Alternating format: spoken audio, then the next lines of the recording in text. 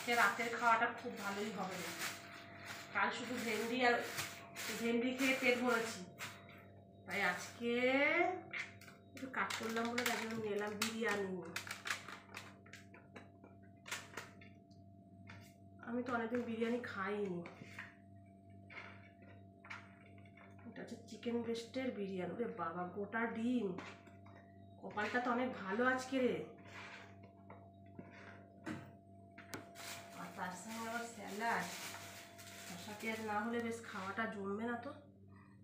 চিকেনটা দেখ, এটা হচ্ছে ডানার দিকে। চলো একটুখানি খাই, একটু পেঁয়াজ নিই।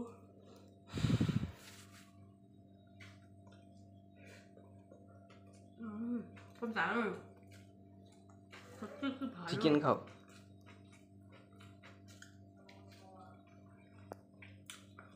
কতদিন বাদে